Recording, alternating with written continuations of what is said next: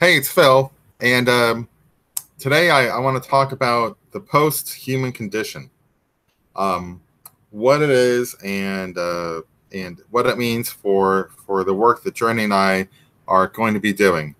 So the art you see here is the cover to the Burlap Daughter, the graphic novel we are working on, and it is a story certainly of gothic horror and fantasy. Um, about a mother who um, who forces her daughter to wear more and more burlap. Um, a burlap that binds to the daughter magically, uh, which the mother makes sure that happens by invoking certain rituals. Um, you know, and making sacrifices to the appropriate gods. So um, and the story is about the daughter and what she eventually has to do to to escape this terrible fate that her mother is pushing on her. So, um, one of the things before we get to the post-human condition is that story and so many of the other stories that I work with Journey are based on the human condition. This story in particular, the Burlap Daughter, should be pretty clear that it's a story about abuse. It's about coming of age in an abusive house, you know. And so that's something that could have been told without any kind of magic, you know. But like, for example, the mother simply could have just beaten her and forced her to wear the burlap. That's and kind of like the proverbial elephant who's held by a tiny chain because that's what held the elephant when he was a child. And now the elephant can't conceive of breaking the chain. So I could have done it like that, just focus on the psychological element. But both Journey and I have an imagination that tends to go towards the fantastic. And yet we like the emotional realism as well. So the Burlap Daughter is in that middle ground. I mean, there's definitely magic in it, but there's also emotional realism, and that's important to us. So what makes the story post-human? Why did I pick that? Clive Barker, for his books of blood, I believe he called one of them the Inhuman Condition. His collection of rather mean little horror short stories, which are wonderful, by the way. Just because they're mean doesn't mean they're not good. I like I like his sense of horror, but he picked that name Inhuman Condition to play off Human Condition, and I picked Post-Human Condition to do the same thing, to play off the idea of the human condition. So now we have a second part. I want to include the human condition. I want to include emotional realism, the difficulties that people face, that kind of thing. But I want to include magic also, basically magic, science fiction, all those things that are not real.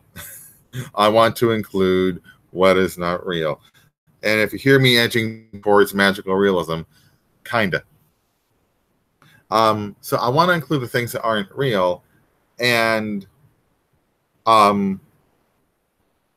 then I was inspired in a way by H.P. Lovecraft and cosmic horror. But let's go to Lovecraft for a second, because Lovecraft was both repulsed by so many things of the world and yet attracted to it at the same time. And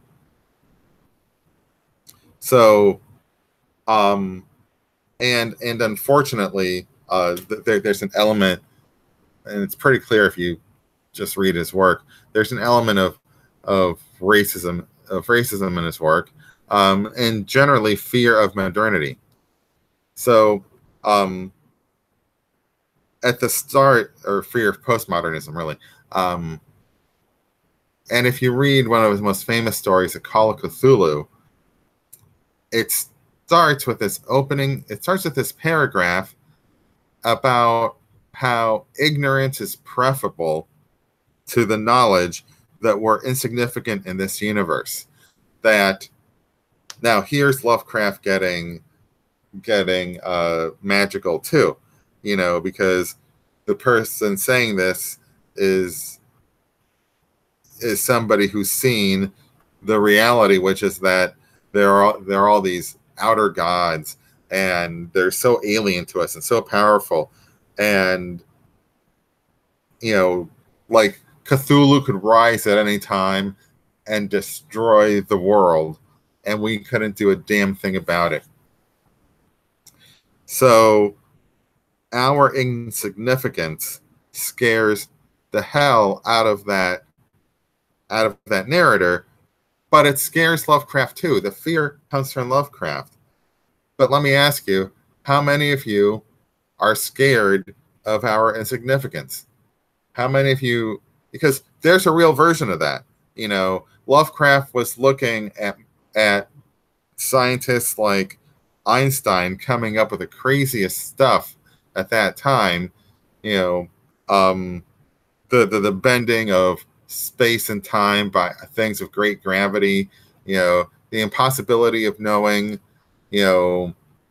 where an electron is and how fast it's going at the same time. So basically, ultimately, you can't have certainty about anything. And just the fact that with all these massive objects in space, it really is possible that right now a meteor could be flying at Earth big enough not just to cause the extinction of humanity, but to destroy the planet altogether. And because astronomers cannot look at all the night sky, or they don't have enough money to, or whatever, it's possible that we wouldn't see it coming until boom. Okay. But I'll bet a lot of you know that, and there's basically a lot of dooms that could befall us. How many of you are scared of that on a gut level, like Lovecraft was? How many of you are scared that the universe doesn't give a shit about us?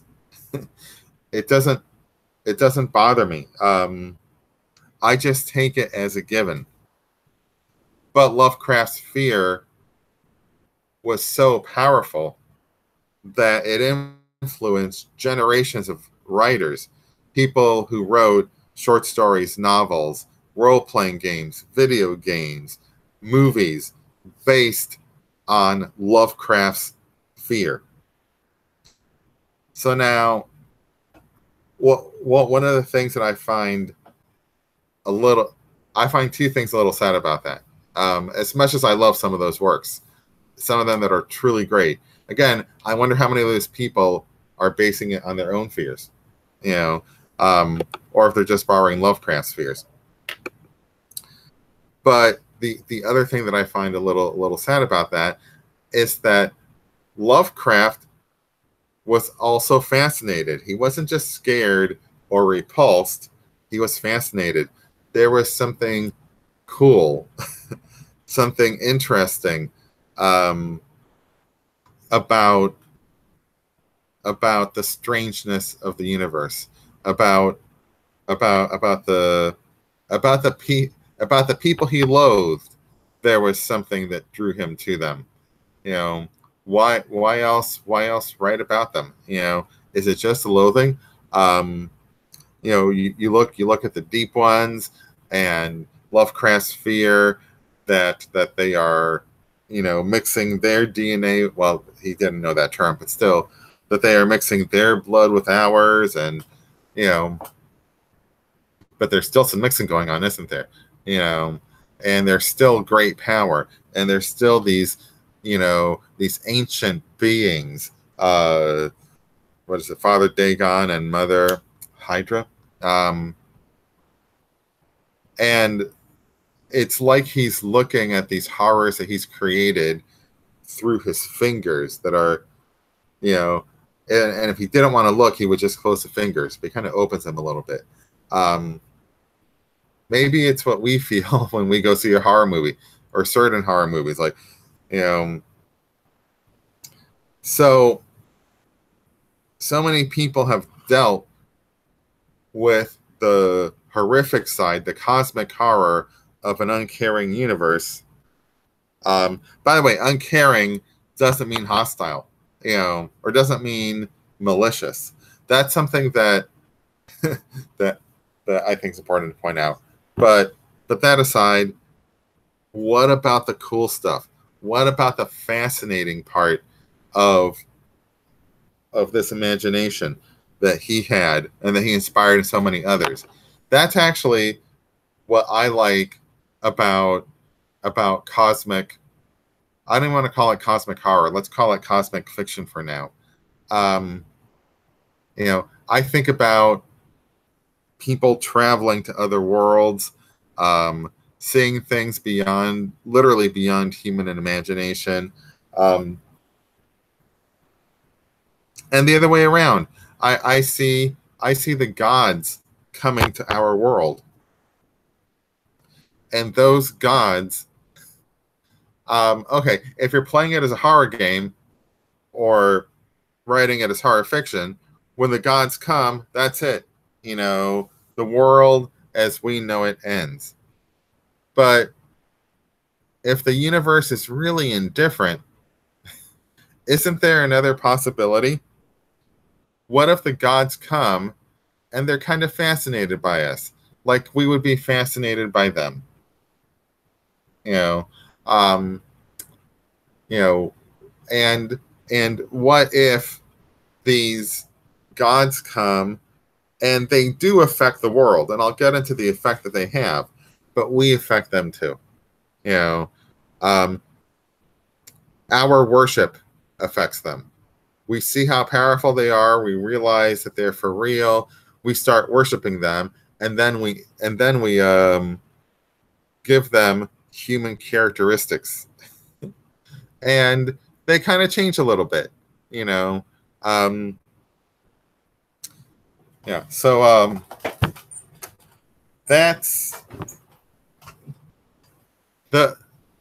that's my idea of the post-human condition. I want to take all that cosmic stuff, not exactly Lovecraft's cosmic stuff because it's his, and I don't want to toss in Cthulhu or Nyarlathotep or any of those wonderful inventions of his. I want to have my own mythos, and I want to have my own effects. But I guess central to the post-human condition, as already said, was the human condition. But the other part is the magical part, the post part. And so what happens in the post-human condition is that the gods come and they bring chaos. But humanity is able to adapt to that chaos. Some people adapt by simply being more rigid. I don't mean that in a bad way, but but let's say more traditional, more by holding fast to what it means to be human. That's one way, and resisting the gods, sort of like an active kind of atheism. Sure, you exist, but I'm not worshiping you, and I'm not letting chaos into my life. And that is one reasonable way to deal with chaos. Other people let the chaos in, and use it for their own benefit. And again, that's not a bad thing. We use everything for our benefit, right? It's a and in general, things do get more chaotic anyways. And the way I interpret the chaos is that there's more entropy. Things break down more. That's just a general effect of chaos. So that's one thing. Another thing is that there's more mixing. Boundaries between things break down a lot more. And yet there's also the paradox that people's own individual realities become stronger. So this allows us to have a lot of different kinds of adventures or stories. Keep on saying adventures because Journey and I are going to turn some of this stuff into role-playing material, possibly a role-playing game, but definitely role-playing scenarios. So, and so, what would this look like as a role-playing scenario? Basically, it would. Let's see. One is that most of it would be near future. That is sort of like a cyberpunk style. But since information is being corrupted, that is, things are always breaking down and sort of reforming. This makes humans important. Because if you think about a cyberpunk future, that is, if you think about a future that's more technologically advanced than ours, you just have to start to admit that humans are less important. Like there's the movie Johnny and the story Johnny Mnemonic. He stores stuff in his brain. Well, eventually, you're going to be able to put something on a chip that has more storage capacity than the human brain. And that's a little depressing. So anyways, this chaos allows us to tell a lot of different stories. For instance, there could be there could be an alien race that because alien races tend to follow alien gods, and we can tell a humorous story about a member of that alien race who decides to stay on Earth and get a job as an ad executive, and then he meets a human woman at a bar, and even though he's like a squid alien, they hook up. And then we look at what happens, the morning after when they wake up and look at each other, without the benefit of beer goggles, and are they going to stick together or not? And if they do stick together, can they have, squid alien / human babies? Science fiction would tell us no, that's just impossible. But this is chaos, and it's possible with chaos. Or we could have a much darker story where maybe the tales of fairies kidnapping children and leaving changelings in their place are actually true, but it's an alien race that does that.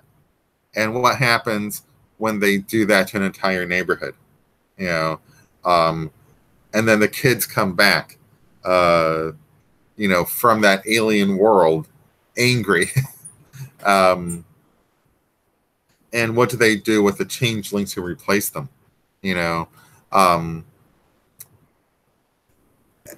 So, and what else with the chaos?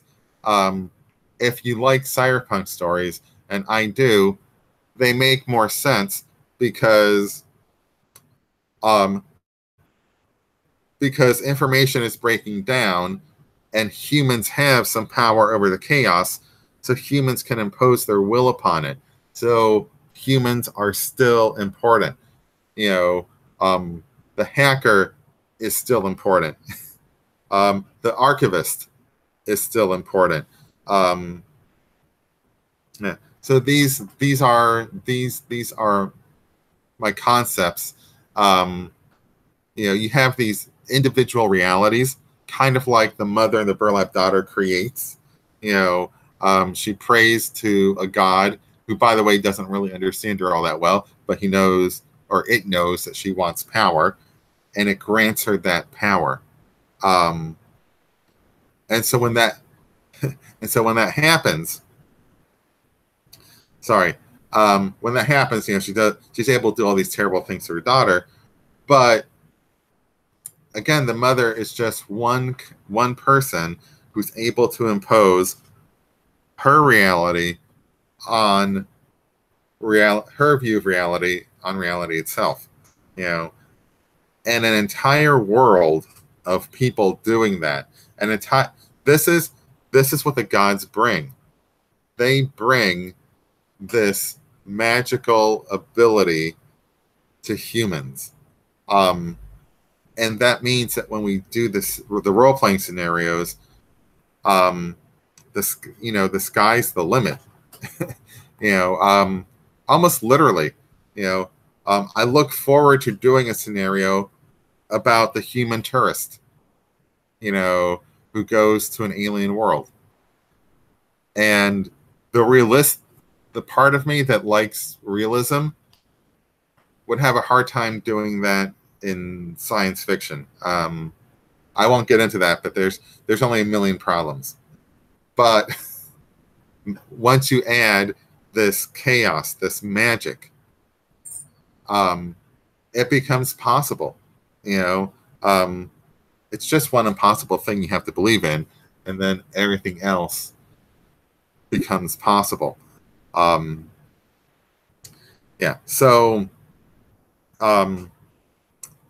that is the post-human condition. It's set in a near future. The gods come, they bring chaos. Humans learn very quickly how to harness that chaos, and it changes them as well, and they change the gods. There's an element of cyberpunk and magic, but a lot different than a game like Shadowrun, because it isn't about fireballs, elves, and dwarves. It'll be about people mutated by magic. It'll be about creepy spells like the one the mother casts in the Burlap Daughter. Again, it'll be about the human condition. But what happens after the universe acts upon us? So that's about it. I will talk to you all later.